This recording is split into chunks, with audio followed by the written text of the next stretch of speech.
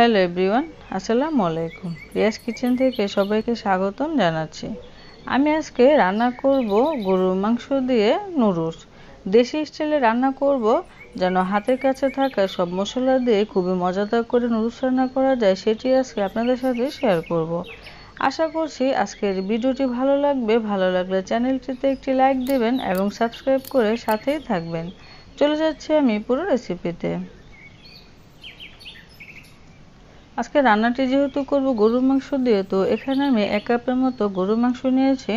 আর মাংসটা কিন্তু হাড় চর্বি বাদ দিয়ে নিয়েছি, আর ছোট ছোট করে কেটে নিয়েছি যেন খুব দ্রুত সিদ্ধ হয়ে যায়। তো এই মাংসতে এখন আমি কিছুটা মশলা অ্যাড করব।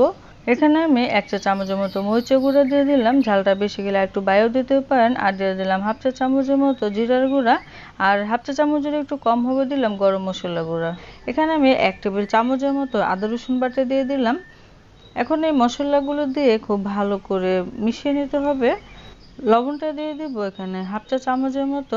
সামনে যেহেতু কুরবানির ঈদ আসছে, কম বেশি সকলের ঘরে কিন্তু কিছু না কিছু মাংস থাকে। তো এভাবে কিন্তু নুডলসটা রান্না করলে নুডলসটা খেতে খুবই মজাদার হয়। মাংসটা মাখিয়ে আমি এক সাইডে রেখে দিলাম। মাংসটাকে আধা ঘন্টার জন্য রেস্টে রেখে দিব। তারপরে এখানে কিছু সবজি নেব। এখানে আমি 1/2 কাপের মতো গাজর কুচি নিয়েছি, আর কিছুটা নিয়েছি পেঁপে কুচি। পেঁপে কুচিটা বেশি হবে না, 1/4 কাপের মতো হবে। আর এখানে আমি কিছুটা পেঁয়াজের পাপড়ি নিয়েছি, আর কাঁচামরিচ ভেঙে নিয়েছি। আপনার ঝাল বেশি খেলে কাঁচামরিচটা একটু বাড়িয়ে দিবেন। আর এখানে 1/2 কাপের মতো নিয়েছি বরবটি। শীতের দিন হলে বরবটির বদলে কিন্তু পেঁয়াজ পাতা পাওয়া যায়, সেটাও দেওয়া যায়। তো এখানে আমি পর্যাপ্ত পরিমাণে পানি ফুটতে দিয়েছিলাম, পানিটা ফুটে গেছে। এখন আমি নুডলস দিয়ে দিচ্ছি। আমি এখানে কোকোলা নুডলস ব্যবহার করছি, তবে আপনারা যে কোনো পছন্দের নুডলস ব্যবহার করতে পারেন। আমি 1 প্যাকেট দিয়ে আরও কয়টা দিয়ে দিলাম। আরেক প্যাকেট থেকে 1 প্যাকেটের মধ্যে কিন্তু 175 গ্রামের মতো নুডলস থাকে। তো এখানে আমি আরও কয়টা দিয়ে দিলাম, মানে আমার এখানে 200 গ্রামের মতো নুডলস হবে। তো সেই হিসেবে কিন্তু আমি মশলা ব্যবহার করব। তো নুডলসটা দিয়ে 3-4 মিনিট আমি এটাকে বলক আনিয়ে নেব। চুলার জালটা কিন্তু হাইতে রেখে নুডলসটা সিদ্ধ করতে হবে, এবং প্যাকেটের গায়েও কিন্তু লেখা থাকে। তারপরে আমি পানিটাকে ঝরিয়ে ভালো করে ধুয়ে নিয়ে এসেছি। তারপরে একটি ঝুড়িতে এটাকে ঝরিয়ে নিতে হবে। আর এখন আমি এর মধ্যে সামান্য একটু তেল দিয়ে দিব। একটু তেলটা দিয়ে এটাকে মাখিয়ে রাখলে কিন্তু এটার আঠালো ভাবটা হয় না, বা একটার সাথে আরেকটা লেগেও যায় না। আমার মতে সিদ্ধ করার সময় তেলটা না দিয়ে এই অবস্থায় তেলটা দিলে বেশি ভালো হয়।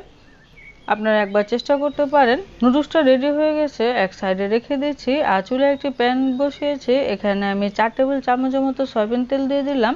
তারপরে এখন আমি সেই মাংসটাকে সেদ্ধ করে নিব। মাংসটা কিন্তু আধা ঘন্টার জন্য রেস্টে রেখে দিয়েছিলাম। তো এখন এই মাংসটাকে একটু সেদ্ধ করে নিতে হবে। সামান্য একটু পানি দিয়ে দিচ্ছি যেন মাংসটা খুব সুন্দর মতো সেদ্ধ হয়। আর চুলার জালটাকে এখন আমি একবারে লোতে রেখে মাংসটাকে খুব সুন্দরভাবে সেদ্ধ করে নিব। এই মাংসটাকে সিদ্ধ করতে কিন্তু প্রায় 20 থেকে 25 মিনিটের মতো সময় লাগবে। আর নুডলসটাকে সিদ্ধ করার কাজটা কিন্তু আপনারা নিজেদের সুবিধা অনুযায়ী আগে বা পরে করে নিতে পারেন, বা মাংসটা চুলায় বসিয়ে আরেক চুলায় নুডলসটা সিদ্ধ করে নিতে পারেন। আমি আমার সুবিধা মতো করছি, আপনারা আপনাদের সুবিধা মতো করে নেবেন। মাংসটা কিন্তু রান্না হয়ে গেছে, ভুনা ভুনা হয়ে গেছে। এখন আমি সবজিগুলো দিয়ে দিচ্ছি।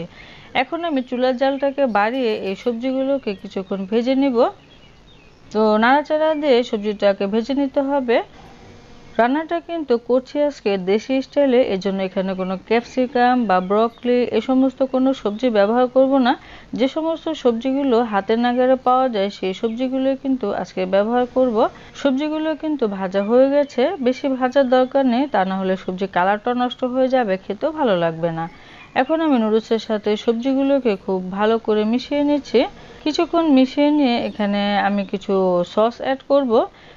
যে সমস্ত সসগুলি হাতের নাগালে পাওয়া যায় সেটি ব্যবহার করছি। এখানে আমি 3 টেবিল চামচের মতো দিয়ে দিলাম টমেটো সস, আর দিয়ে দিব এখানে 1 টেবিল চামচের মতো সয়া সস। এটা নর্মাল সয়া সস, ডার্ক বা লাইট সয়া সস না, হাতের কাছে পাওয়া যায় এই সসই দিয়ে দিলাম। এখানে 1 চা চামচের মতো দিলাম সাদা গোলমরিচের গুঁড়া, আর দিয়ে দিব এখানে 1 চা চামচের মতো ভিনেগার। খুব কম কিছু উপকরণ দিয়ে কিন্তু আজকে নুডলসটা তৈরি করছি। আর দিয়ে দিচ্ছি এখানে 1 চা চামচের মতো চিনি। এতে করে কিন্তু এই নুডলসের টেস্টটা খুবই ভালো আসবে। এখন মশলাগুলো দিয়ে নুডলসের সাথে আবার একটু মিশিয়ে দিচ্ছি। এই মেশানোর কাজটা কিন্তু একটু আলতো হাতে করতে হবে, তা না হলে আবার নুডলসগুলো কিন্তু ভেঙে যাবে। নুডলস মিশানোর কাজটা কিন্তু এরকম কাঁটা চামচ দিয়ে হলে বেশি ভালো হয়। তো আমার মতো দুটি কাঁটা চামচ নিয়ে কিন্তু নুডলসগুলোকে খুব ভালো করে সহজে মিশিয়ে নিতে পারেন।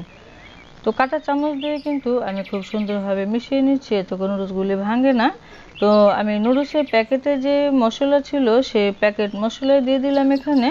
আমি কিন্তু এখানে 2 প্যাকেট মশলা দিচ্ছি, যেহেতু আমি 2 প্যাকেটে কেটেছিলাম, তো সেক্ষেত্রে দোনো প্যাকেট এখানে দিয়ে দিচ্ছি।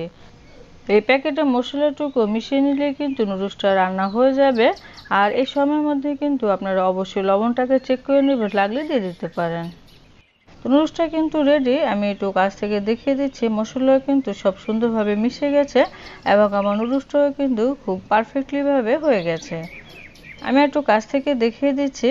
আপনারা অবশ্যই এভাবে একবার হলেও ট্রাই করবেন আর আমাকে অবশ্যই কমেন্ট করে জানাবেন আমার রেসিপিটি কেমন হলো। সামনে যেহেতু ঈদ আসছে, তো ঈদের সকালে কিন্তু মিষ্টি সেমাই রান্না না করে এভাবে যদি নুডলসটা রান্না করেন, আমি আশা করছি সবাই ভীষণ পছন্দ করবে। আশা করছি আজকের রেসিপিটি আপনাদের কাছে ভালো লেগেছে এবং কাজেও আসবে। ভালো লাগলে চ্যানেলটিতে লাইক, শেয়ার, সাবস্ক্রাইব করে প্লিজ আমার সাথেই থাকবেন, আমাকে অনেক বেশি সাপোর্ট করবেন। সবাই অনেক বেশি ভালো থাকবেন, সুস্থ থাকবেন আর আমাদের জন্য দোয়া করবেন। আজকের মতো বিদায় নিচ্ছি। খুদা হাফেজ।